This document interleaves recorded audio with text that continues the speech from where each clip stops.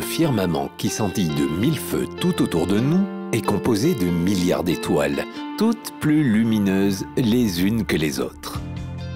Mais ces nombreuses stars de la voûte céleste, en dépit de leur âge, connaissent-elles toutes le même sort? Que savons-nous exactement de leur évolution? Avons-nous percé tous les mystères concernant ces astres qui, bien souvent, nous transportent dans des rêves éveillés?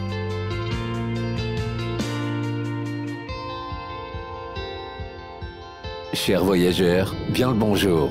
Aujourd'hui, nous partons pour une expédition stellaire exceptionnelle qui nous conduira au plus près d'un certain type d'étoiles étranges et déconcertantes.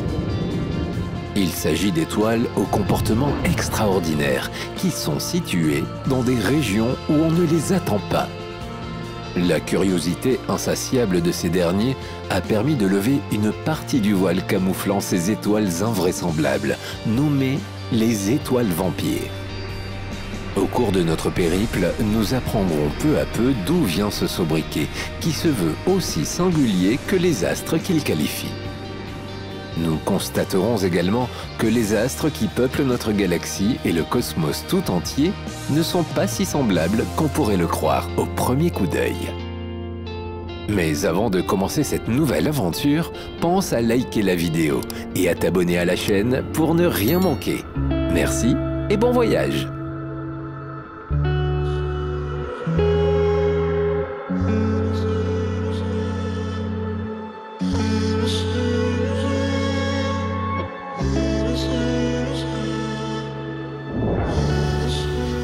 Que ce soit dans la littérature ou plus récemment en cinématographie, on retrouve de nombreuses histoires plus ou moins sanguinolentes qui retracent les aventures de créatures maléfiques et buveuses de sang, les vampires. Ces monstres des légendes ont été décrits de maintes façons à travers les âges et les continents. Dracula, ce célèbre personnage né sous la plume du romancier irlandais Bram Stoker, fait toujours partie de l'imaginaire. Pourtant, la quête de vie éternelle que ces monstres à canines convoiteraient a bel et bien trouvé un écho dans le cosmos. Certains astres, en dépit des lois de l'astrophysique, semblent avoir découvert la parade pour s'offrir une seconde vie, à défaut de subsister éternellement. Il s'agit des étoiles dites vampires, plus connues sous le nom de traînardes bleues. Ces étoiles vampires que l'on retrouve essentiellement dans les amas globulaires ne devraient pas exister. Tout du moins, elles devraient avoir l'apparence de leurs nombreuses voisines, des étoiles vieilles ayant perdu de leur luminosité, à savoir les géantes rouges.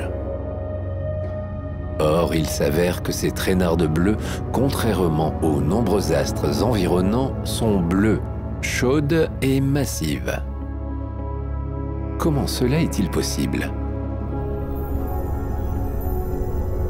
Puisse-t-il s'agir d'étoiles provenant du disque galactique qui auraient migré par un mécanisme d'interaction gravitationnelle vers un amas globulaire? Ou bien se peut-il que ces étoiles aient pris du retard sur leurs congénères, comme si elles avaient trouvé leur élixir de jouvence? C'est ce que nous allons tenter d'élucider dans cette vidéo. Mais tu dois probablement déjà avoir une idée de ce que nous allons observer dans les prochaines minutes. Dans le cas contraire, l'appellation de ces étranges étoiles devrait te fournir un indice suffisamment éloquent.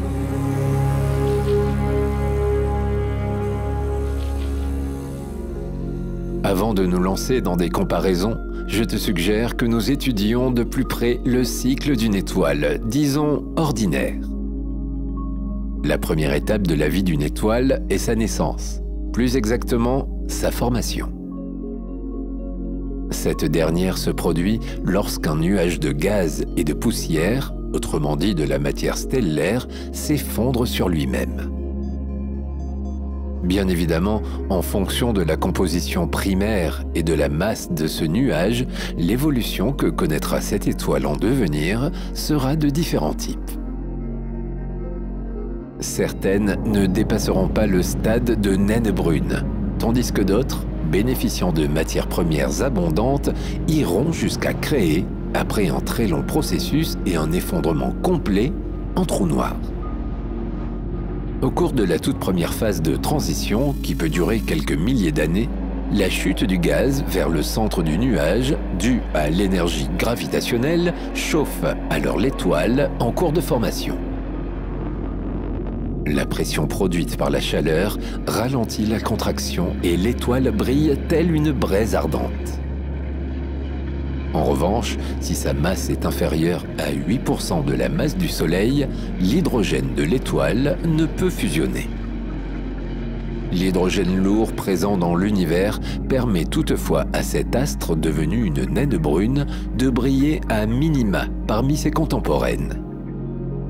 Le passage suivant entame la séquence principale du cycle de vie d'une étoile, étape cruciale et relativement stable de son existence.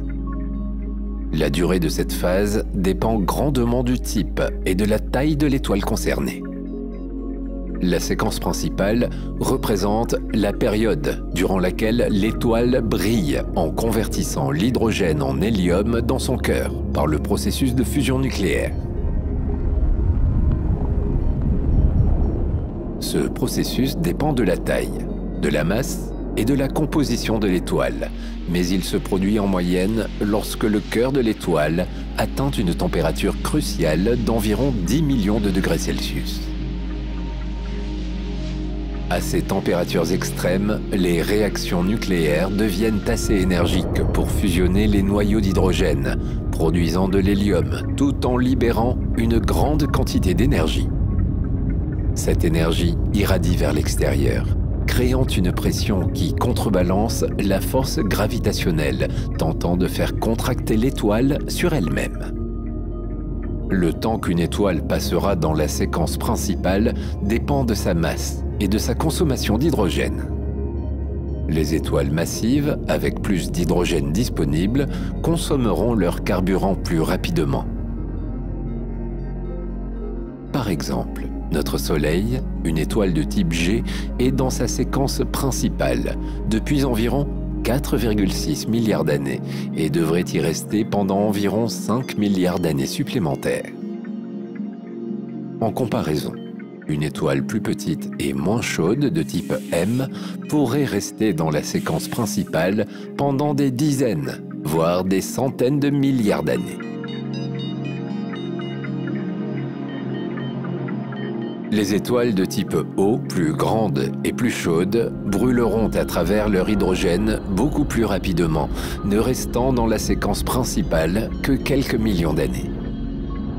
Une fois que l'hydrogène dans le cœur de l'étoile est épuisé, l'étoile quitte la séquence principale, inaugurant la prochaine phase de son évolution, qui pourrait être celle d'une géante rouge ou d'une supergéante, dépendant encore une fois de sa masse initiale.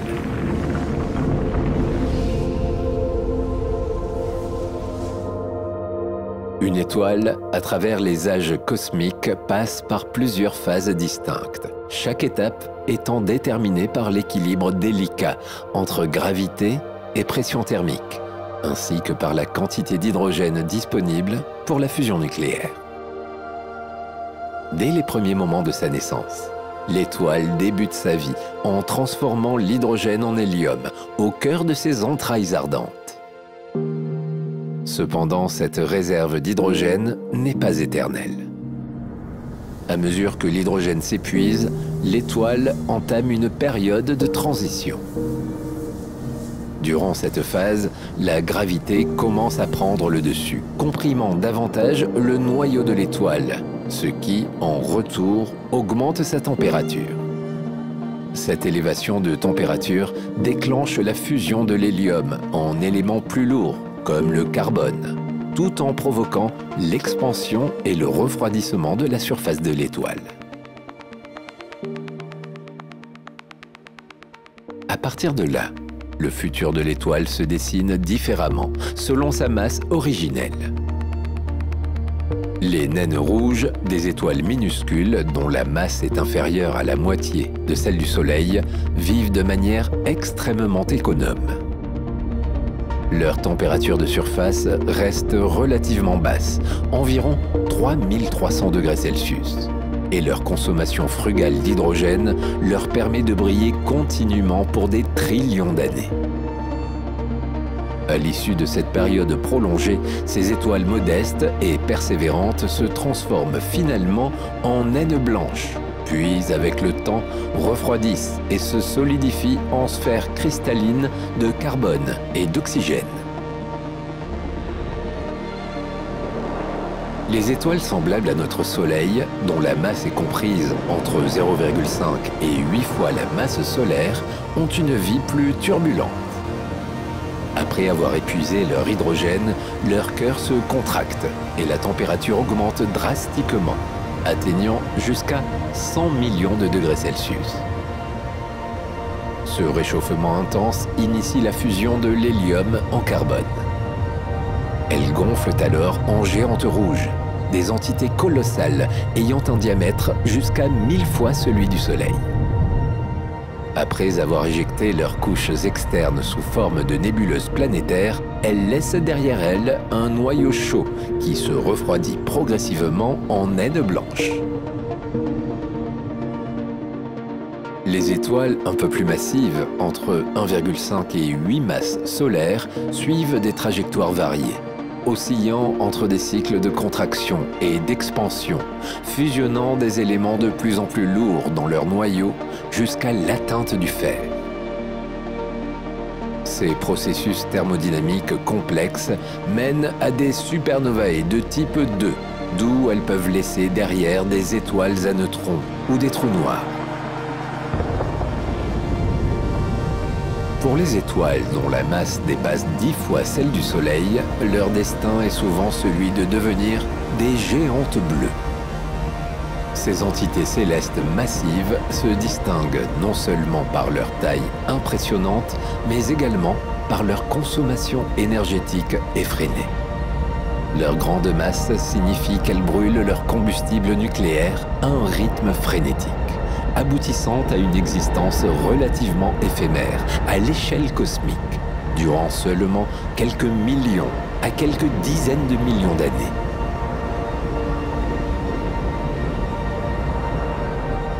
Pendant la phase de géante bleue, ces étoiles subissent des transformations significatives. Elles quittent la séquence principale après avoir épuisé l'hydrogène dans leur noyau, incitant une série de réactions nucléaires qui convertissent l'hélium en carbone. Et successivement, des éléments plus lourds sont formés à travers des processus de fusion nucléaire. L'étoile continue de se dilater, son noyau se contractant, tandis que ses couches externes s'éloignent du centre. Le destin ultime d'une géante bleue est tout aussi spectaculaire que sa vie. À mesure que la fusion nucléaire se poursuit, générant des éléments de plus en plus lourds, le noyau de l'étoile s'alourdit, jusqu'à ce qu'il ne puisse plus soutenir sa propre gravité. À ce stade crucial, une implosion cataclysmique se produit, conduisant à l'un des phénomènes les plus fascinants de l'univers, une supernova. Cette explosion stellaire libère une énergie astronomique, illuminant brièvement le cosmos avant de s'éteindre lentement. Les restes de ces géantes bleues peuvent alors soit former une étoile à neutrons dense, soit, si la masse est suffisante, un trou noir. Si les étoiles géantes bleues ressemblent à s'y méprendre aux étoiles vampires, la présence de ces dernières dans les amas globulaires, dont la population des étoiles est très âgée, soulève une question. Et cela est en rapport avec la durée de vie des géantes bleues. En effet, celles-ci ne sont pas réputées pour vivre longtemps.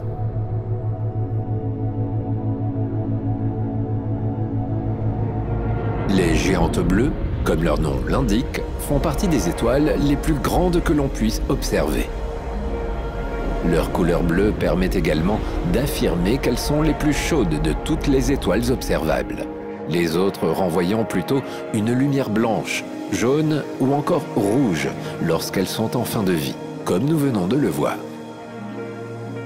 La luminosité élevée associée à une température extrêmement chaude de ces étoiles est due au fait qu'elles brûlent leurs ressources rapidement, sans aucune retenue.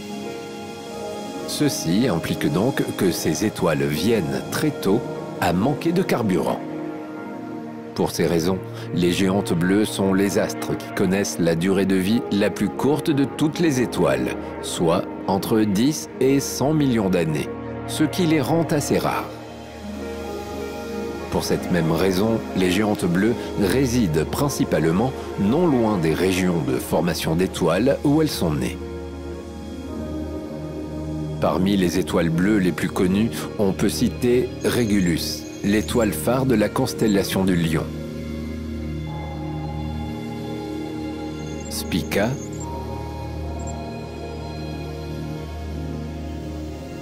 ou encore Rigel, les étoiles les plus éclatantes des constellations de la Vierge et d'Orion. Mais l'étoile la plus massive jamais observée à ce jour est R136A1, située à 163 000 années-lumière de la Terre, dans la nébuleuse de la Tarentule. Celle-ci est au moins 265 fois plus massive que notre Soleil. R136A1 est une étoile hors du commun, initialement considérée comme une supergéante bleue. Elle est maintenant classifiée comme une étoile Wolf-Rayet de type WN5H.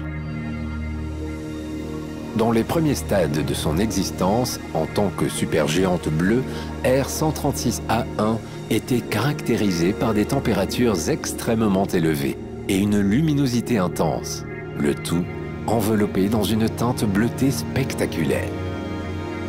Ces étoiles, massives, subissent des réactions nucléaires intenses, fusionnant l'hydrogène en hélium à un rythme accéléré.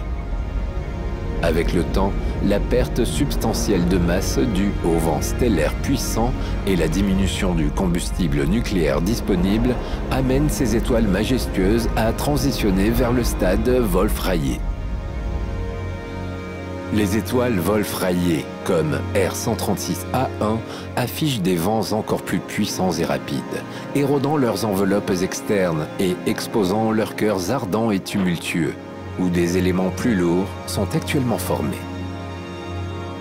Ces vents stellaires contribuent à semer l'univers avec une riche diversité d'éléments, servant de blocs de construction pour les générations futures d'étoiles, de planètes et éventuellement de vie.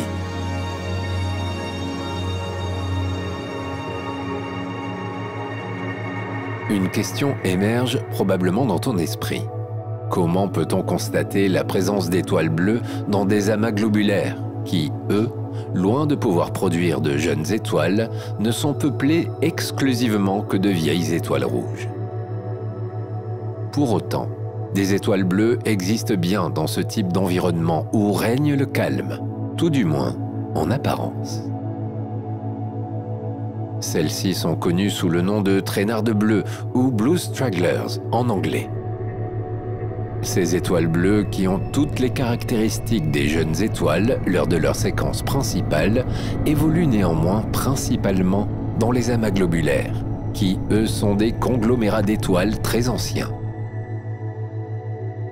En effet, ces derniers, qui gravitent dans le halo galactique, se sont sûrement formés en même temps que leur galaxie hôte, il y a donc plusieurs milliards d'années.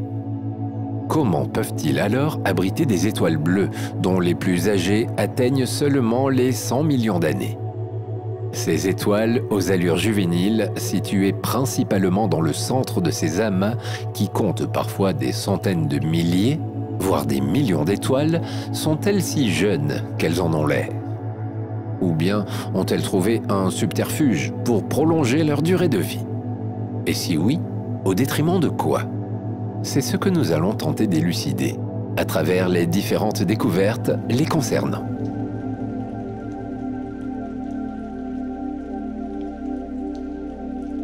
La découverte des traînardes bleues est très récente. Elle remonte seulement à l'année 1953. C'est en observant M3, un amas globulaire situé à environ 33 300 années-lumière de la Terre, dans la constellation des chiens de chasse, qu'Alan Sandage, un astronome des observatoires Carnegie de Pasadena, en Californie, a décrit ce type d'étoile pour la première fois. Alors qu'il étudiait cet amas stellaire, qui est l'un des plus gros et des plus brillants amas globulaires répertoriés à cette date, quelle n'a pas été sa surprise? Tandis qu'il effectuait une photométrie, il a constaté, au milieu d'innombrables étoiles vieilles et de plusieurs dizaines d'étoiles variables, la présence d'un type d'étoile atypique, à savoir des étoiles brillantes, bleues et chaudes. Contrairement à la majorité des autres étoiles contenues dans l'amas observé, qui, elles, semblent avoir un passé commun et donc s'être formées au même moment, les étoiles découvertes l'ont laissé perplexe. En effet, les astres en question avaient toutes les caractéristiques d'une étoile nouvellement formée, chose qui paraissait plus qu'invraisemblable au sein de cet amas globulaire, dont l'âge est estimé approximativement à plus de 11 milliards d'années. Pourtant, ces étoiles bleues, qui défient la règle du diagramme de Hertzsprung-Russell, existent bel et bien. Ce diagramme, qui permet d'étudier les populations d'étoiles, est en fait un graphique qui indique la luminosité d'un ensemble d'étoiles en fonction de leur température effective. Mais le type d'étoile récemment découvert par Alan Sandage fait exception à la règle en ne s'intégrant pas correctement à cette classification spectrale. En effet, une traînarde bleue, qui est une étoile massive de la séquence principale, ne devrait en théorie pas exister dans cet amas globulaire. Dès lors, la communauté scientifique a tenté d'élucider ce qu'elle considérait être l'équivalent d'une anomalie. Quand et comment un astre si massif, faisant 2 à 3 fois la masse des autres étoiles de la séquence principale de son amas globulaire hôte, a-t-il pu se former? Puis, de plus en plus d'astres similaires ont été mis en lumière et plusieurs théories ont commencé à voir le jour.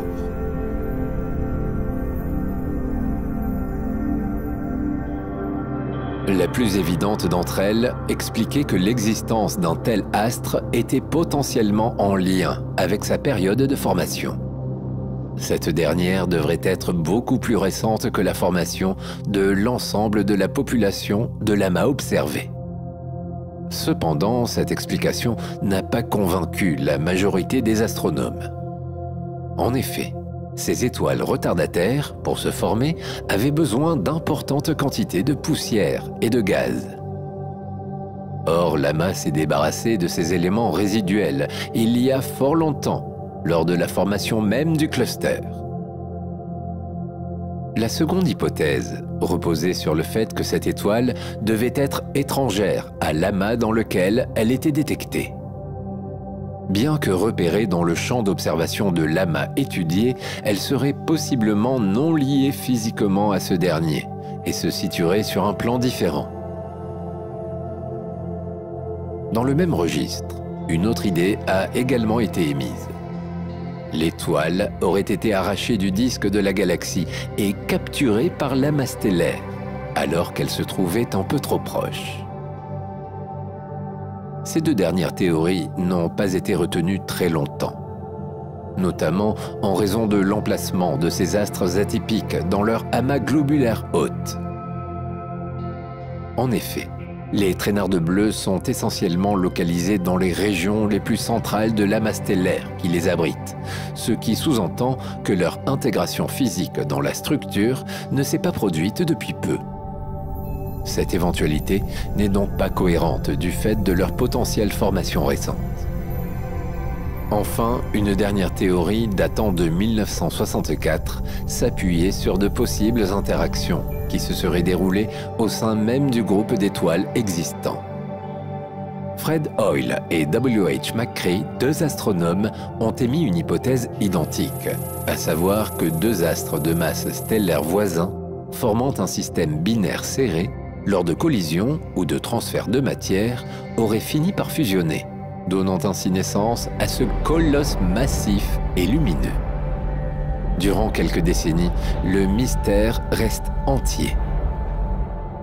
Intrigués, bon nombre d'astronomes n'ont cessé d'étudier ces regroupements d'étoiles les plus massifs et les plus anciens de l'univers, en quête de réponses sur la formation et l'évolution de la Voie lactée, voire de l'univers.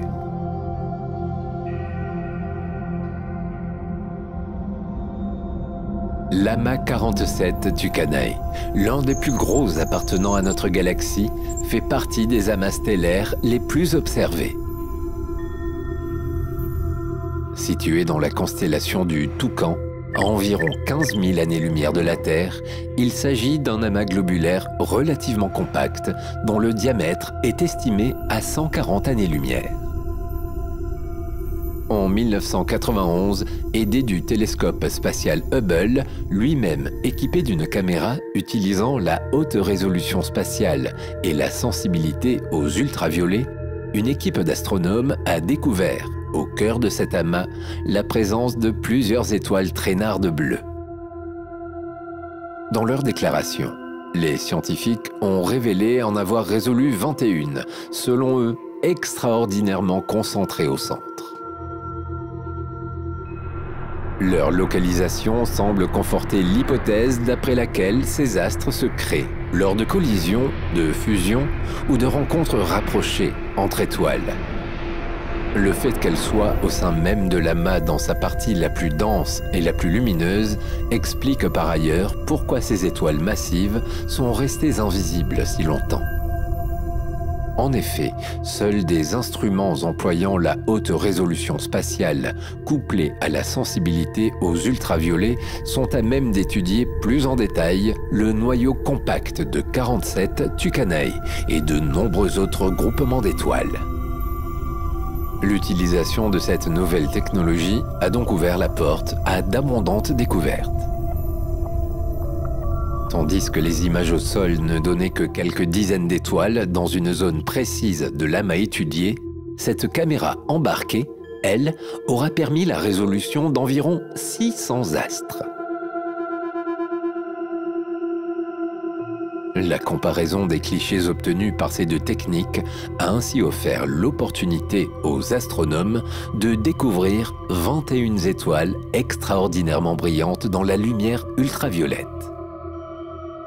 Grâce à la comparaison de la luminosité et de la température de ces astres particulièrement brillants avec un modèle informatique prédisant comment les étoiles de la séquence principale apparaissent dans les longueurs d'onde ultraviolettes, les scientifiques ont conclu qu'il s'agissait bien de traînardes bleues.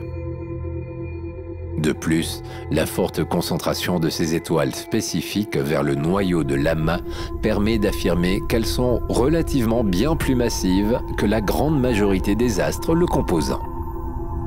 L'importante masse de certaines d'entre elles pourrait aussi s'expliquer par la présence de systèmes binaires. D'autant qu'une population considérable de pulsars millisecondes et d'étoiles binaires a été découverte, également dans 47 Tucanae, appuyant l'idée que des rencontres gravitationnelles rapprochées entre des étoiles uniques, des étoiles binaires, voire des systèmes binaires, pourraient bien avoir lieu dans cette zone.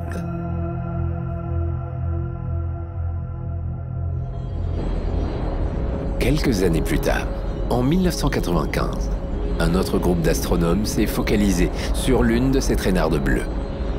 Toujours aidés du télescope Hubble, ils ont pu observer son comportement. Le résultat, qu'ils qualifieront d'excitant, permettra d'étayer certaines théories déjà existantes sur la formation et l'évolution de ces étoiles énigmatiques. Après avoir analysé le spectre de cette étoile et en mesurant sa température, son rayon et sa vitesse de rotation, ils ont pu obtenir la masse de l'étoile. Si sa température et sa masse dérivée sont cohérentes avec les spécificités d'une étoile normale, dont la masse est d'environ 1,7 fois celle du Soleil, en revanche, sa vitesse est inattendue. En effet, il s'avère que cette étoile bleue tourne 2 à 3 fois plus vite que ses homologues et 75 fois plus vite que notre Soleil. Tous ces éléments offrent aux scientifiques l'opportunité de comprendre comment se forment les traînardes bleues. S'il devient évident qu'un astre de ce type est créé par la fusion de deux étoiles de faible masse, reste à savoir encore par quel procédé. S'agit-il d'une violente collision ou d'un long processus de fusion entre des étoiles binaires, l'une des deux siphonnant l'énergie de sa comparse? D'après les scientifiques, cette seconde hypothèse produit des mouvements orbitaux rapides de l'étoile binaire, engendrant de fait une rotation accélérée de la paire en phase terminale de fusion. Au fil des années, grâce à une technologie de pointe, de plus en plus de traînards bleus sont décelés. Lors d'une étude de 2006 qui consistait à examiner les signatures chimiques de 43 des traînards bleus de l'amas 47 Tucanae, 6 d'entre elles concentraient moins de carbone et d'oxygène que leurs semblables. Les scientifiques en ont conclu que leur matière de surface devait très certainement avoir été littéralement aspirée de l'intérieur profond d'une étoile mère, dans un système double. Ces mêmes chercheurs ont pareillement étudié ces étoiles atypiques dans 56 autres amas globulaires. Ils ont découvert que la quantité de traînards bleus dans un amas précis n'avait aucun lien avec le taux de collision potentiel. Ainsi, ils ont en partie mis fin à la théorie selon laquelle ces étoiles étaient le résultat de collisions entre plusieurs astres. En revanche, il semblait bien y avoir une corrélation entre les traînards bleus et le taux d'étoiles binaires dans ces différents amas globulaires.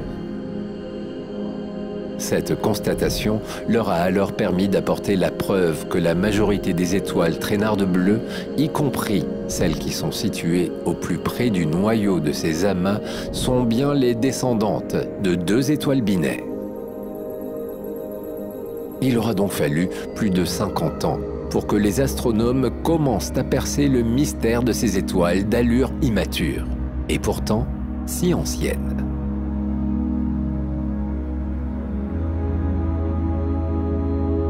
Parmi les nombreux astres étudiés pour tenter de mieux comprendre ces curieux objets, l'un d'entre eux a attiré l'attention des astronomes pour son comportement étrange. Il s'agit de l'étoile SS Leporis, également désignée 17 Leporis. Longtemps cataloguée d'étoiles variables située dans la constellation du Lièvre, SS Leporis est en réalité un système d'étoiles binaires plutôt inhabituel. En effet, les 2 étoiles tournent l'une autour de l'autre en 260 jours, et la distance qui les sépare est à peine plus importante que celle qui sépare la Terre au Soleil. La plus grande et la plus froide des 2 étoiles, une géante rouge, s'étend sur un quart de cette distance. Pour te donner une idée de leur proximité, l'orbite avec sa compagne pourrait être comparée à celle de Mercure avec le Soleil. Mais surtout, cette géante rouge, qui de fait est la plus évoluée des 2, se trouve paradoxalement être la moins massive des 2 étoiles. Comment ces rapports de masse ont-ils pu s'inverser de la sorte? Afin de percer le mystère de ce phénomène inhabituel, des scientifiques ont décidé d'étudier la dynamique du système tout en observant les parties les plus centrales, inaccessibles avec des télescopes classiques. C'est ainsi qu'en 2010, des astronomes ont créé un télescope virtuel de 130 mètres de diamètre, offrant une vision 50 fois plus nette que celle délivrée par le télescope spatial Hubble de la NASA. Pour cela, ils ont combiné la lumière capturée par 4 télescopes de l'Observatoire de Paranal, de l'Observatoire européen austral. Si les scientifiques étaient convaincus que de la matière transitait d'une étoile à l'autre dans ce système peu commun, en revanche, ils ne connaissaient pas le processus. Leur découverte leur a permis d'affirmer que ce transfert de masse ne suit pas les modèles similaires déjà connus. Les nouvelles observations, extrêmement précises, ont démontré que la géante rouge est plus petite qu'ils ne le croyaient auparavant. Sa compagne, une étoile bleue, bien que de taille inférieure, se révèle être la plus chaude des 2. Sa masse est d'environ 2,7 fois celle du Soleil, contre 1,3 fois pour la géante rouge. Le processus permettant à cette étoile d'écouler de la matière sur son étoile compagne s'avère alors beaucoup moins facile à expliquer, d'autant qu'aucun flux de matière n'est visualisé entre les deux astres. Les chercheurs commencent à émettre l'idée que l'étoile bleue, de masse hautement supérieure, vampirise son imposante voisine, et ce, depuis près de 500 000 ans. La notion d'étoile vampire, qui se régale longuement et insidieusement d'un astre voisin, devient alors évidente.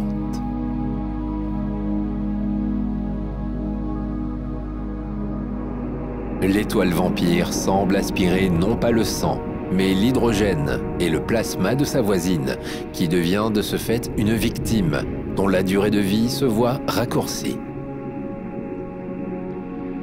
Contrairement aux étoiles cannibales, les étoiles vampires, plus connues sous le terme scientifique de binaires symbiotiques, ne dévorent pas leur proie rapidement.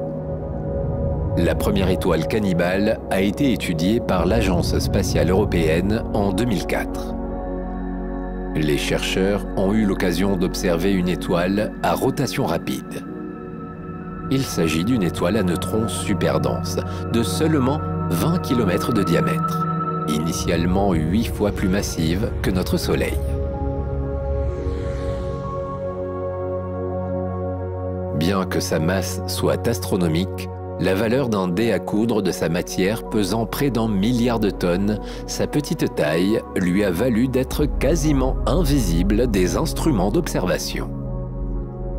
Pourtant, le 2 décembre 2004, elle a émis une soudaine et puissante éruption de rayons X, se dévoilant ainsi à Integral, le laboratoire international d'astrophysique des rayons gamma de l'Agence spatiale européenne, ainsi qu'au vaisseau spatial Rossi X-Ray Timing Explorer de la NASA. Les mesures effectuées ont permis d'affirmer qu'il s'agissait d'un pulsar à rotation des plus rapides jamais étudiés. Sa vitesse vertigineuse qui tend à s'accélérer peu à peu, atteignant 600 rotations par seconde. Cette rotation frénétique est le résultat d'un processus d'absorption du gaz extrait d'une étoile compagne. Lorsque celui-ci s'écrase à sa surface, il provoque un échauffement tel que la température, de près d'1 milliard de degrés, libère d'extraordinaires quantités de rayons X et gamma. En somme, elle ne fait qu'une bouchée de son étoile voisine, qui rétrécit irrémédiablement. C'est d'ailleurs la raison qui vaut le surnom de Veuve Noire à cette étoile cannibale. Encore plus insolite, une étoile cannibale a été surprise en 2015 par un télescope de la NASA en plein festin. Il s'agit d'une naine blanche en fin de vie, dont la gravité est si puissante qu'elle est en mesure d'attirer et à terme de désintégrer une planète tellurique voisine.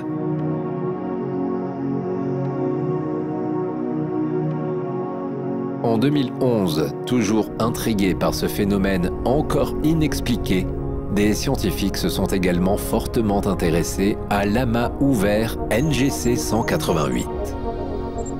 Ce dernier, distant de 6680 années-lumière de notre système solaire, est situé dans la constellation Céphée, dont les étoiles s'avèrent pour la plupart âgées de plus de 7 milliards d'années, présente en son sein 21 traînardes bleues.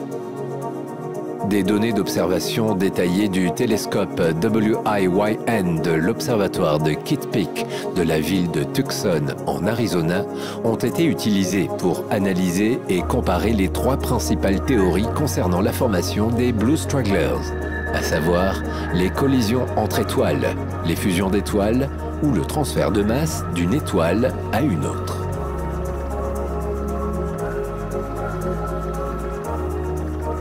Les collisions ou fusions seraient envisageables si les étoiles compagnes apparaissaient plus massives, ce qui n'est pas le cas.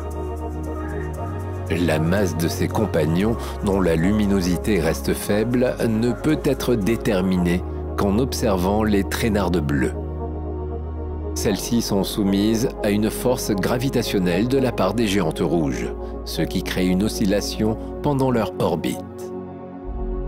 En observant les mouvements des traînardes bleues, ils ont alors pu déterminer que 16 d'entre elles devaient avoir un compagnon, beaucoup plus discret. Les données ainsi recueillies ont permis aux chercheurs d'affirmer que chaque étoile compagne présentait une masse d'environ la moitié de celle du Soleil, correspondant à une naine blanche. Mais pour confirmer leur dire, quoi de mieux qu'une image? Seulement, en 2011, les moyens techniques ne permettent pas encore d'observer ce type d'étoile, dont la luminosité est relativement faible, d'autant plus qu'elle se trouve à proximité d'une étincelante traînarde bleue. Grâce aux longueurs d'onde ultraviolettes, une équipe en 2015 a été en mesure de prouver que parmi les 21 traînardes bleues, 7 d'entre elles avaient pour compagnon une naine blanche, appuyant ainsi les conclusions de 2011 émises par ses confrères. Dans son étude, elle précise que seules les naines blanches formées au cours des 250 derniers millions d'années peuvent être détectées, les autres étant trop refroidies pour pouvoir être décelées et donc confirmées. Parmi les autres traînardes bleues, 7 autres montraient des stigmates de transfert de masse entre étoiles par d'autres moyens. En somme, elle atteste qu'un quart des étoiles les plus anciennes n'évoluent pas en géantes rouges, mais se transforment en traînardes bleues à la luminosité surprenante et au comportement étrange.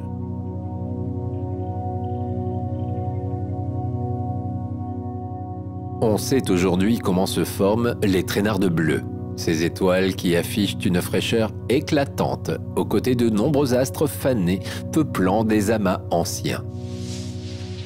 Celles-ci s'offrent une seconde jeunesse en absorbant de la matière qu'elles arrachent à leur étoile compagnon.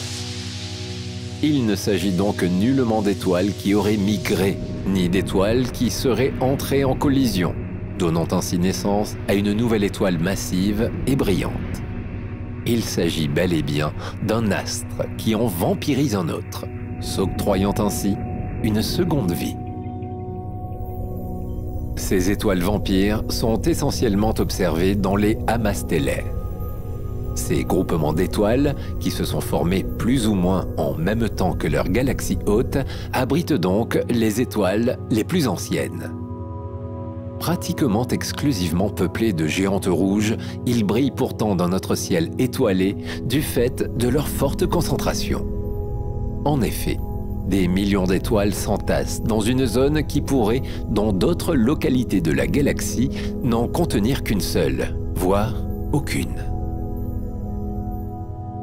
Dans ces amas de forme sphérique, certains astres paraissent bien moins avancés que la majorité des étoiles. Mais si ces étoiles d'apparence plus jeunes étaient le résultat de collisions et de fusions, elles devraient présenter des différences d'âge. Or, l'étude de ces étoiles traînardes bleues au sein d'un même amas a démontré qu'elles se sont toutes formées à peu près en même temps. Elles ne sont donc pas la conséquence de collisions dues à des déplacements aléatoires. Les scientifiques savent depuis 2011 qu'elles sont la répercussion d'un transfert de masse entre deux astres bien spécifiques. Voyons plus exactement par quel processus celles-ci parviennent à se refaire une jeunesse. Lorsque deux étoiles forment un système binaire orbitant l'une autour de l'autre, elles évoluent selon le même schéma. Les deux astres, en vieillissant, évoluent peu à peu jusqu'à devenir des géantes rouges. Ce faisant, leur volume s'accroît régulièrement, jusqu'à atteindre plusieurs centaines de fois leur taille initiale. Se rapprochant toujours plus l'une de l'autre, la distance qui les sépare se réduit considérablement. Les interactions gravitationnelles sont alors de plus en plus importantes. Fatalement, l'étoile qui a la masse la plus élevée l'emporte sur son étoile compagnon. Sa force gravitationnelle étant supérieure, elle va donc absorber progressivement les couches de gaz les plus externes, qui ne sont plus que faiblement retenues par la gravité de la seconde étoile se trouvant en fin de vie. Un transfert de masse se fait inexorablement depuis l'étoile rouge en phase de refroidissement vers celle qui se retrouve peu à peu une seconde jeunesse. Celle-ci, en remuant le combustible d'hydrogène, génère alors une fusion nucléaire à un rythme plus rapide. L'hydrogène brûle plus chaud et plus bleu. La moins massive, qui finit totalement dépouillée, ne conserve plus que son noyau. Elle perd son statut de géante rouge et devient une naine blanche, insignifiante. Pendant ce temps, l'étoile vampire gagne en masse de façon extraordinaire et se met, après cette cure de jouvence, à briller de mille feux. Si, au premier regard, elle semble porter les attraits de la jeunesse, son âge réel est bien plus avancé, à l'instar des adeptes du lifting.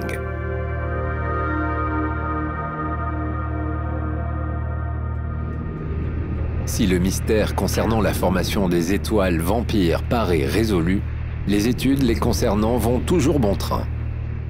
Les étoiles contenues dans les amas de chacune des galaxies n'ont pas encore dévoilé tous leurs secrets.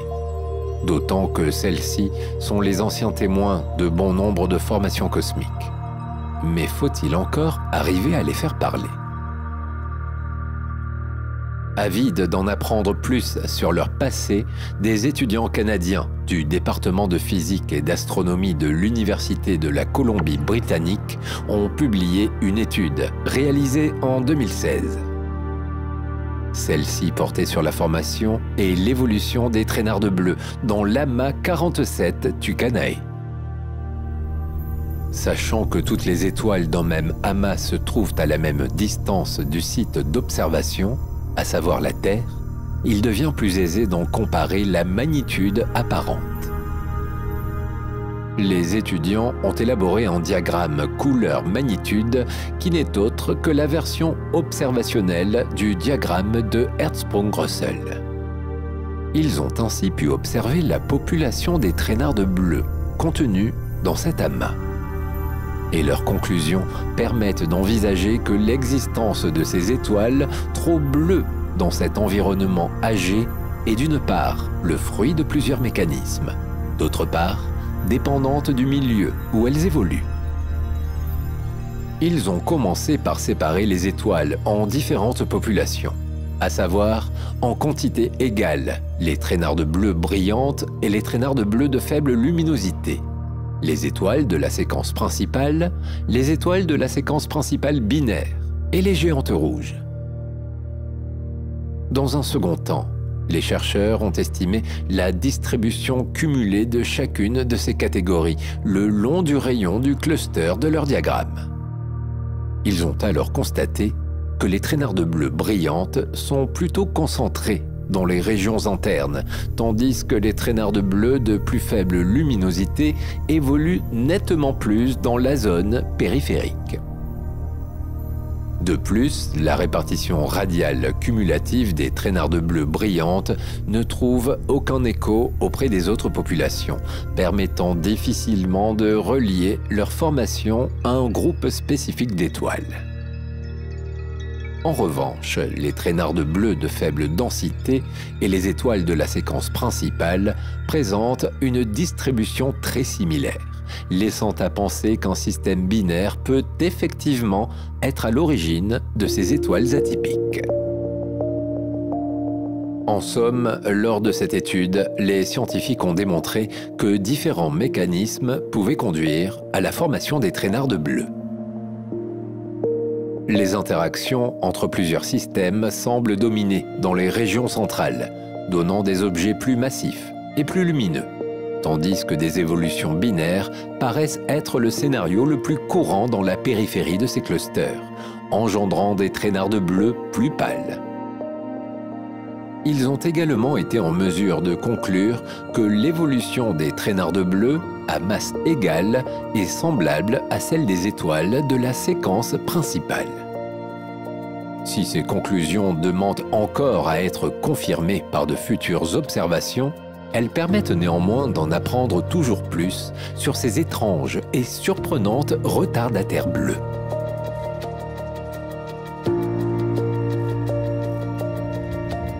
Toujours grâce au télescope spatial Hubble, à 26 000 années-lumière de notre Soleil, des étoiles traînardes bleues ont été décelées cette fois-ci non pas dans un amas, mais dans le renflement de la Voie lactée, c'est-à-dire au cœur même de la galaxie. Dans cette zone encombrée, qui correspond à l'ancienne plaque tournante de notre Voie lactée, au milieu d'innombrables étoiles vieillissantes, résident également des traînardes bleues. En 2006, une enquête de 7 jours a été menée. Nommée Sagittarius Window Eclipsing Extrasolar Planet Search, son objectif était de détecter des planètes chaudes de type jupitérienne en orbite très proche de leurs étoiles. Après avoir observé et recueilli des informations concernant la variabilité de 180 000 étoiles du renflement central extrêmement peuplé de notre galaxie, les scientifiques ont pu déterminer qu'il s'agissait pour la plupart d'étoiles vieillissantes ressemblant à notre Soleil et de naines rouges plus froides. Dans cette zone autrefois peuplée d'étoiles bleues géantes qui ont explosé sous forme de supernovas, il y a des milliards d'années, certains astres semblaient toutefois ne pas être du quartier. Les scientifiques ont découvert 42 étoiles bleues qui présentaient une luminosité et des températures bien trop élevées par rapport aux autres étoiles du renflement galactique. Comme tu peux t'en douter, il s'agit probablement de traînardes bleues. Si l'existence de telles étoiles rares dans cette partie de la galaxie était soupçonnée, elle est depuis avérée. Jusqu'à présent, cette zone ne pouvait être observée avec précision. Des étoiles plus jeunes, situées le long de la ligne de visée jusqu'au bulbe, rendaient la visibilité confuse. Sur les 42 traînardes bleues candidates, les scientifiques envisagent que 18 à 37 d'entre elles puissent être réellement des étoiles vampires. Ces étoiles, bien que très lumineuses, sont assurément de vieilles dames âgées de 10 à 11 milliards d'années. Après avoir vampirisé quelques étoiles compagnons, elles se sont octroyées une durée de vie bien plus longue que leurs congénères. Quant au reste des étoiles bleues recensées, il peut s'agir soit de véritables étoiles jeunes, soit d'objets extérieurs au renflement.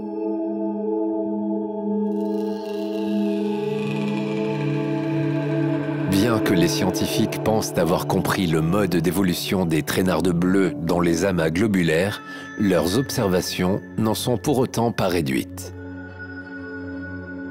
En effet, si une chose est avérée, c'est qu'ils ne pourront jamais être certains d'avoir élucidé intégralement le fonctionnement de notre univers, tant celui-ci est vaste et en constante évolution. Surtout, l'avènement de nouvelles technologies toujours plus avancées permet des découvertes qui parfois remettent drastiquement en question les déductions passées.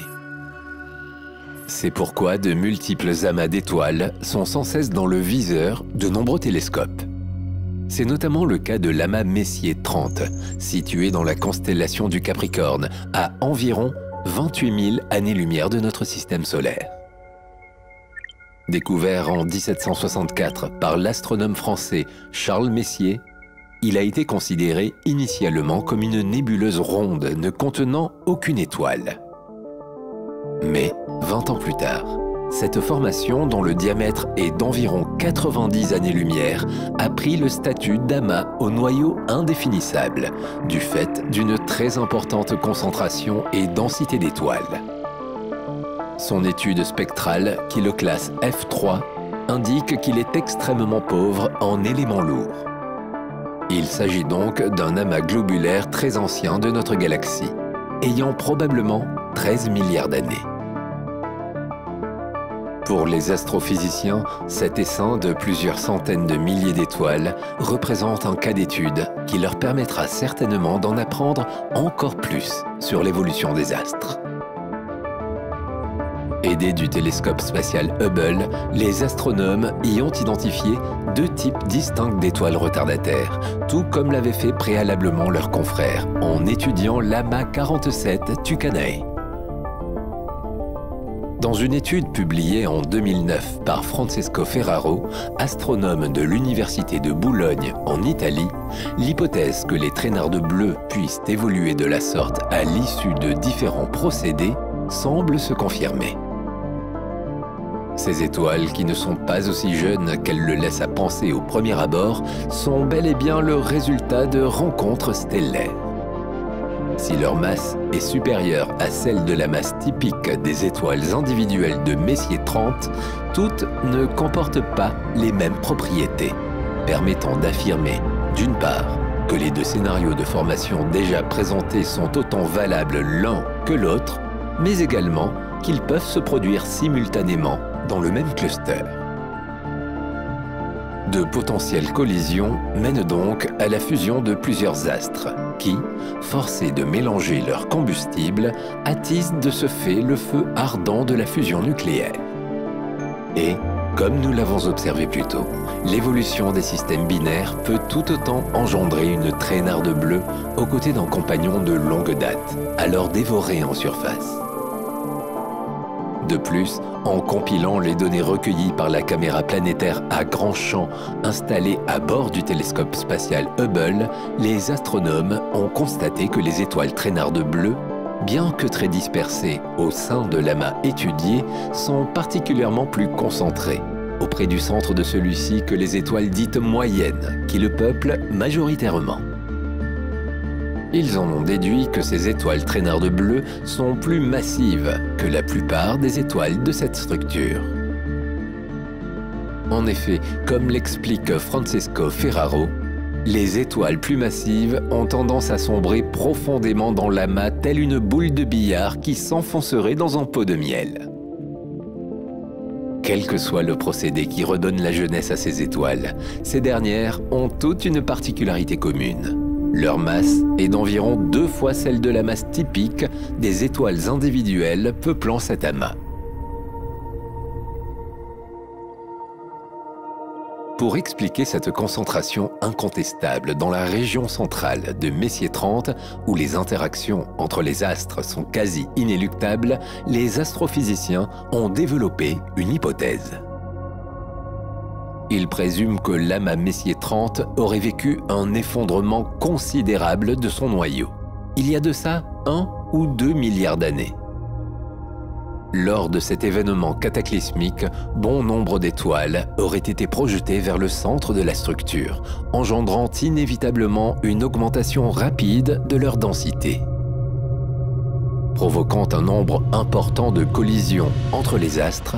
Une première famille de traînardes bleues aurait vu le jour. Du fait de ces remaniements, les systèmes jumeaux auraient été eux aussi fortement perturbés, accentuant fatalement le mécanisme de vampirisme auquel ils sont hautement sujets, donnant ainsi naissance à une seconde lignée de traînardes bleues. En somme, les 2 populations existantes d'étoiles retardataires qui peuplent Messier 30 sont les stigmates de l'effondrement du noyau de l'amas, il y a probablement 2 milliards d'années. Pour certains, cette découverte est une preuve directe de l'impact de la dynamique des amas d'étoiles sur l'évolution stellaire. Reste à savoir maintenant si d'autres amas globulaires possèdent également cette population diversifiée de traînardes bleues.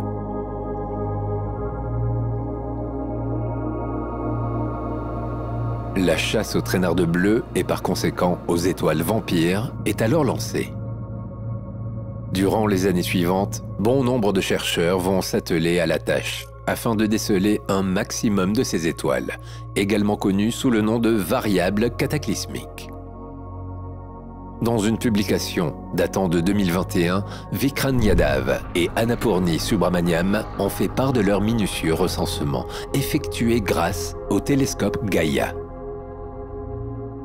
Ce dernier, lancé en 2013 par l'Agence spatiale européenne, est d'une excellente précision de position, permettant de détecter les traînardes bleues dans les amas ouverts, mais surtout de les étudier comme jamais. Si les études portent à présent davantage sur les amas ouverts, c'est pour la meilleure distinction qu'ils offrent entre les étoiles, celles-ci étant moins nombreuses dans une même zone et, par conséquent, moins rapprochées les unes des autres. Ainsi, les chercheurs ont été en mesure d'étudier 670 amas, tous âgés de plus de 300 millions d'années. Ils ont réussi à identifier 868 étoiles traînardes bleues réparties dans 228 clusters distincts. Celles-ci sont présentes essentiellement dans les amas d'étoiles les plus massifs et les plus anciens. Ils ont par ailleurs confirmé qu'elles sont principalement situées près du centre de ces mêmes amas et toutes plus massives que les étoiles éteintes de la fréquence principale. Finalement, ils ont pu établir un inventaire détaillant ces astres exotiques et ont même déduit leur mécanisme de formation. D'après leurs études, il s'avère que plus de 54% des traînardes bleues sont des étoiles vampires qui se sont formées par transfert de masse, en se nourrissant longuement mais sûrement de leur étoile compagnon proche. 30% de ces étoiles rajeunies ont, quant à elles, tiré profit d'une collision avec un second astre. Enfin, 10 à 16% des traînardes bleues ont vu le jour du fait d'interactions entre plus de 2 étoiles. Grâce à cette étude, on en sait aujourd'hui un peu plus sur les systèmes stellaires. De nombreuses observations de ces traînardes bleues sont encore en cours, notamment à l'aide d'une imagerie ultraviolette intégrée au télescope d'Astrosat, qui est le premier observatoire spatial dédié, ainsi que du télescope optique de Vastal de Nainital, tous deux situés en Inde. Pour autant, les amas globulaires ne sont pas délaissés, bien au contraire. L'un d'entre eux, le célèbre amas globulaire d'Hercule, à savoir Messier 13, qui est distant de 25 100 années-lumière, fait d'ailleurs partie des plus beaux objets à observer à travers une lunette depuis l'hémisphère nord. Il contient, lui aussi, de nombreuses étoiles traînardes bleues.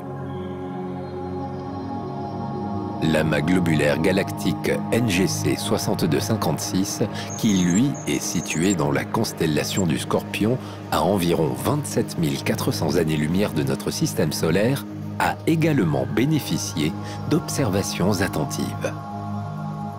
Dans une étude publiée en 2022, les scientifiques ont déclaré qu'il abrite une double séquence d'étoiles traînardes bleues.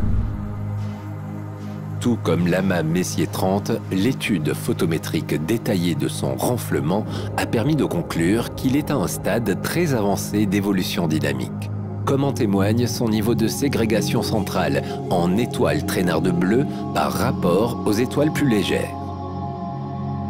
En revanche, si Messier 30 a atteint cette phase d'évolution il y a environ 2 milliards d'années, le processus de l'amas situé dans la constellation du Scorpion semble moins ancien. La comparaison avec des modèles collisionnels suggère qu'un événement de courte durée s'est probablement produit il y a 1 milliard d'années, favorisant ainsi la formation d'une population de traînardes bleues à l'issue de collisions. Celle-ci représente près de 60% de la population totale du cluster observé. Cependant, l'examen des positions des 2 étoiles traînardes bleues les plus brillantes indique que l'amas pourrait avoir subi un réeffondrement encore plus récent, il y a 1 million d'années seulement. Tandis que la grande majorité de leurs congénères portent les stigmates de près de 12 milliards d'années d'existence, ces dernières donnent l'impression d'avoir retrouvé, il y a peu, leur adolescence.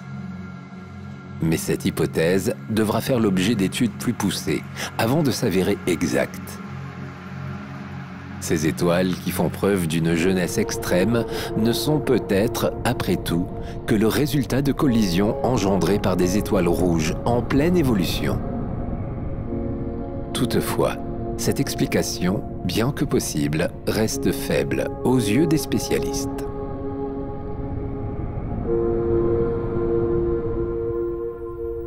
En observant les traînardes bleues à travers divers amas, un groupe d'astronomes, dirigé par le professeur Ferraro du département de physique et d'astronomie de l'Université de Bologne, a constaté une autre particularité.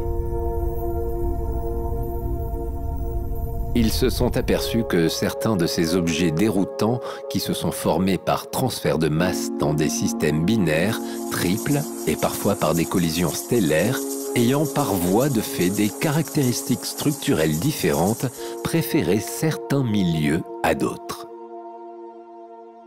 Leur découverte, publiée en mai 2023 dans Nature Communications, est formelle. Les jeunes traînards bleus privilégient les environnements calmes. Les scientifiques se sont intéressés aux étoiles bleues qui affichent des vitesses de rotation supérieures à 40 km par seconde. Parmi les amas étudiés, tous très anciens, 4 d'entre eux présentent une faible densité. Il s'agit de Messier 4, Oméga Centauri, Messier 55 et NGC 3201. Les 4 autres amas retenus pour cette observation, qui sont au contraire des amas très compacts, à haute densité, sont 47 Tucanae, Messier 30, NGC 6397 et NGC 6752. Ces groupements d'étoiles aux caractéristiques structurelles différentes constituent un laboratoire fantastique pour analyser le comportement de 320 étoiles traînardes bleues dans 2 environnements contrastés. Ces étoiles nouvellement formées, soit par collision stellaire, soit par phénomène de vampirisme, se mettent à tourner très vite, au début de leur renaissance, se transformant en véritables toupies cosmiques. Mais immanquablement, cette vitesse diminue progressivement.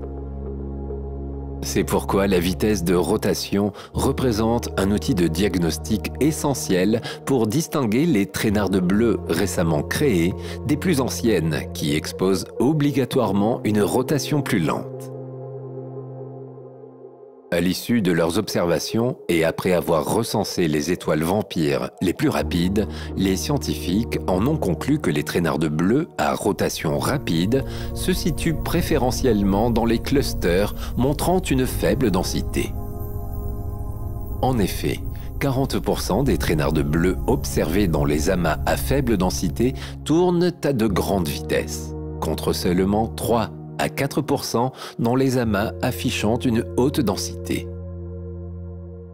Ainsi, les chercheurs qui s'attendaient au préalable faire la découverte inverse, pensant trouver plus de traînardes bleues à rotation rapide dans les clusters de haute densité, ont été extrêmement surpris par leurs conclusions. Elle leur ouvre une nouvelle voie d'exploration pour tenter de comprendre les processus dynamiques qui caractérisent l'évolution de ces étoiles vampires dans différents environnements. Force est de constater que cette découverte aura probablement de profondes répercussions sur leur compréhension de l'évolution des amas d'étoiles, ainsi que sur les conséquences qu'impliquent les systèmes binaires et les collisions stellaires.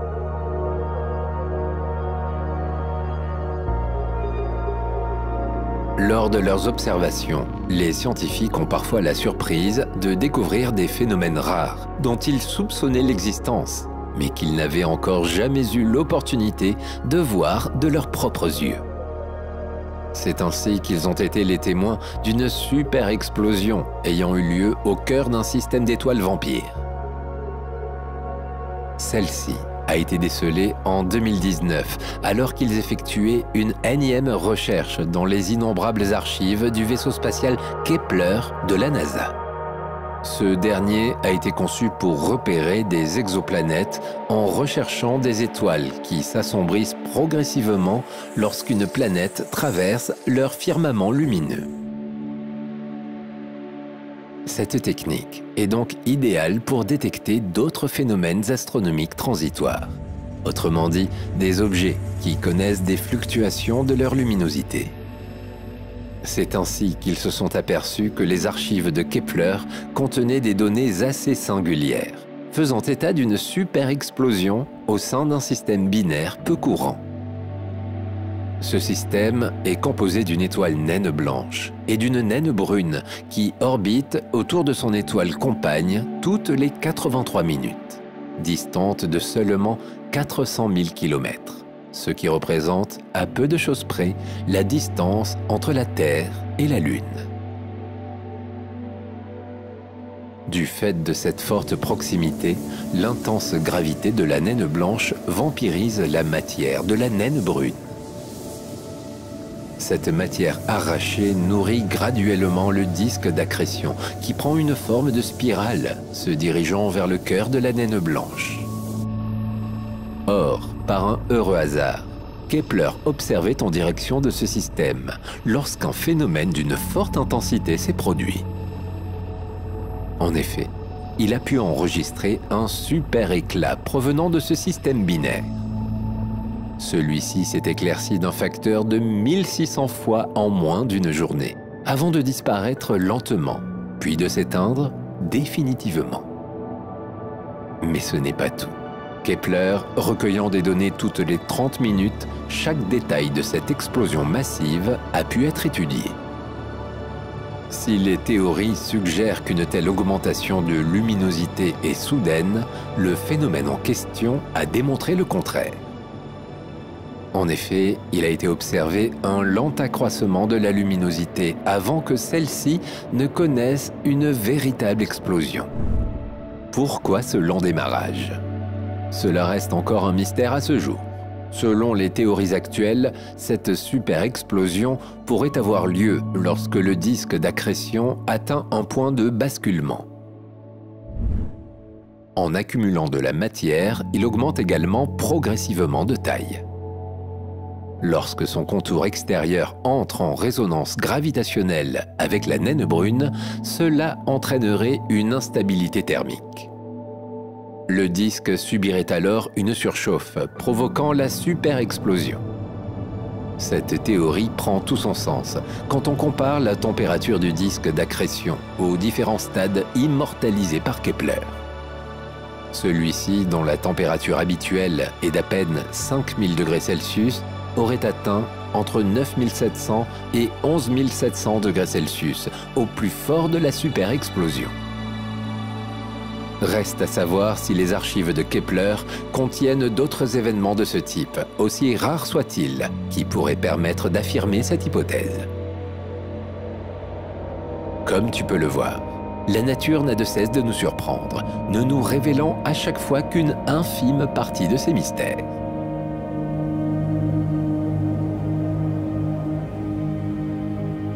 Parmi les nombreuses autres découvertes étonnantes, l'une d'elles concerne le système HR6819. En 2020, une équipe d'astronomes de l'Observatoire européen austral pensait avoir découvert dans ce système le trou noir le plus proche de notre Voie lactée, accompagné d'une étoile. Or, peu après leur publication, des confrères d'une équipe internationale basée à l'université néerlandophone belge de Louvain ont controversé cette étude originale. Selon eux, ce système ne contiendrait pas de trou noir, mais serait un système à deux étoiles vampires, à un stade transitoire, extrêmement rare à observer, bien qu'il ne s'agisse pas d'un fait marginal à l'échelle de l'univers. Afin d'éclaircir ce système, les deux équipes se sont accordées pour unir leurs efforts. Après avoir convenu qu'il y avait bien deux sources de lumière dans ce système, ils se sont intéressés à leur éloignement réciproque. S'agit-il de deux astres orbitant l'un autour de l'autre dans un espace restreint, ou bien de deux étoiles relativement distantes l'une de l'autre? Grâce aux données recueillies par les instruments Gravity et Multi-Unit Spectroscopic Explorer sur l'interféromètre à très grand télescope de l'Observatoire européen austral, ils ont été en mesure d'affirmer que ces deux sources lumineuses sont très proches, distantes de seulement un tiers de la distance qui sépare la Terre du Soleil. De plus, ils pensent avoir été les témoins des conséquences immédiates d'une attaque d'étoiles vampires. En effet, tandis qu'une des deux étoiles était dépouillée, par sa comparse, cette dernière s'est mise à tourner bien plus rapidement qu'auparavant. Les astronomes, chanceux d'avoir pu saisir cette courte phase post-interaction, comptent bien étudier de plus près ce vampirisme en pleine action. Peut-être seront-ils enfin en mesure de comprendre comment ce phénomène affecte l'évolution des étoiles massives et de facto la formation de leurs événements associés, comme les ondes gravitationnelles, ainsi que les violentes explosions de supernovas. Et par conséquent, un autre mystère reste à élucider. Où se cache le trou noir le plus proche de notre Terre?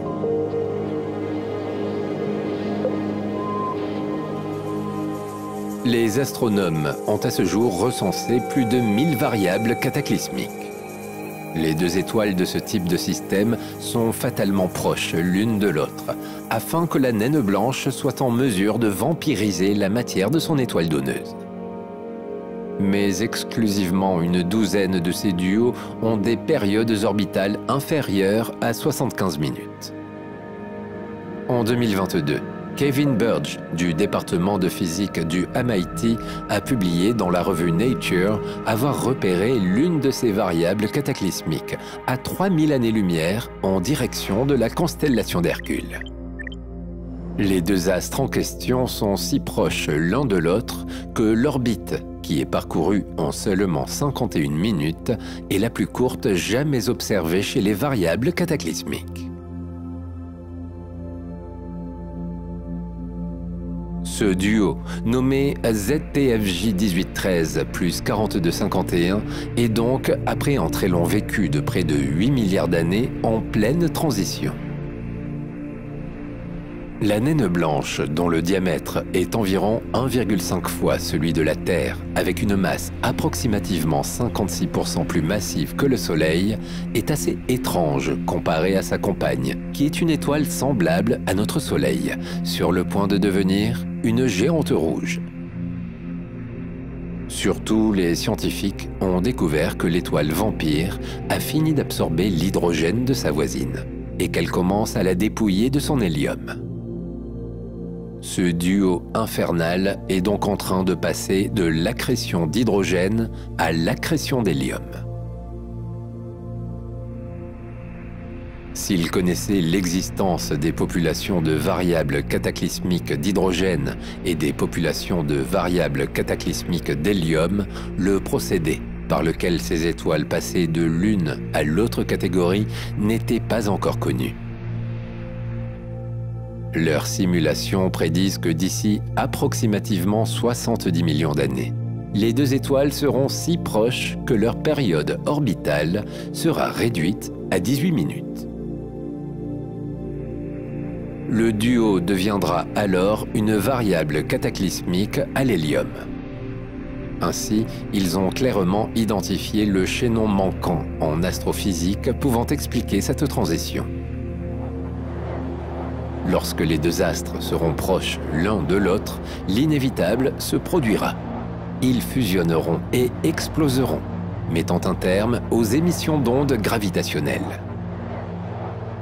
Après cette nova, le calme pourra-t-il de nouveau s'installer dans cette zone du cosmos? Et si oui, pour combien de temps? À moins qu'un trou noir ne fasse son apparition.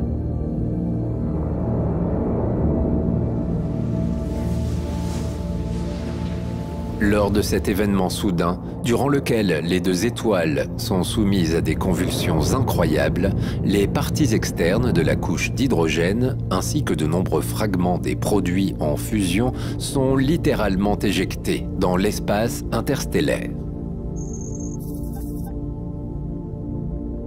Selon la masse et la composition des deux astres formant ce binôme, leur évolution peut être différente. D'ailleurs, les variables cataclysmiques sont répertoriées en plusieurs groupes distincts, souvent nommés en fonction de l'archétype d'une étoile brillante présentant les mêmes caractéristiques. On distingue ainsi les étoiles variables de type U Geminorum, les étoiles variables cataclysmiques magnétiques ou polaires, les étoiles variables polaires intermédiaires, les étoiles variables de type AM Canum Venaticorum et enfin les étoiles variables de type SW Sextantis. Les premières, nommées également novae naines, subissent de grandes explosions provoquées par des déformations du disque d'accrétion lorsque leur rotation entre en résonance avec la période orbitale de l'étoile compagne. Quant au système magnétique, ils font état majoritairement d'une polarisation forte et variable.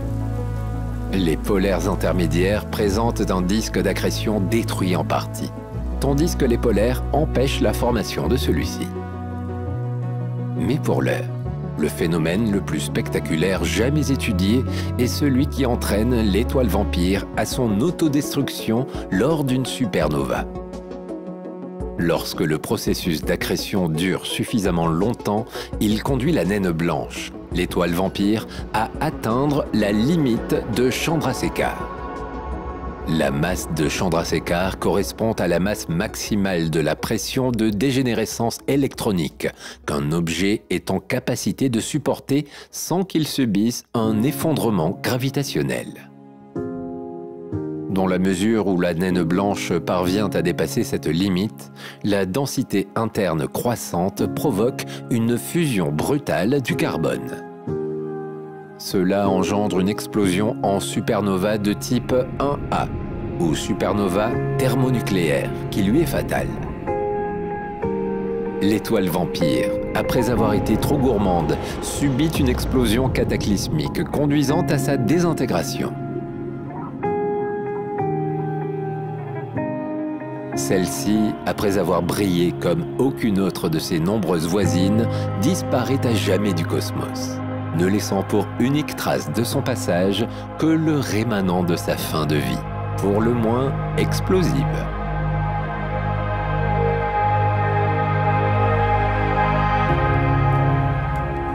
Notre voyage interstellaire touche à sa fin. Tu as pu t'en rendre compte. Les étoiles vampires sont des astres fascinants qui nous révèlent bien des secrets sur l'évolution stellaire. En observant ces systèmes binaires où une naine blanche aspire sans relâche la matière de sa compagne plus massive, nommée la donneuse, les astronomes peuvent étudier les différentes phases de la vie et de la mort de ces étranges étoiles. Ces dernières, dont l'activité consiste à vampiriser leurs proches voisines, sont par ailleurs à l'origine de phénomènes spectaculaires, comme les novae, les supernovae, voire des sursauts gamma, qui enrichissent l'univers en éléments chimiques. Grâce aux télescopes spatiaux et aux instruments au sol, les scientifiques ont décelé de nombreuses étoiles vampires, principalement au cœur des plus vieux amas stellaires encerclant notre galaxie. Ces étoiles, à l'appétit illimité, nous démontrent combien le cosmos est un lieu dynamique et relativement complexe, où la matière circule entre les astres lors d'interactions variées, parfois extraordinairement surprenantes.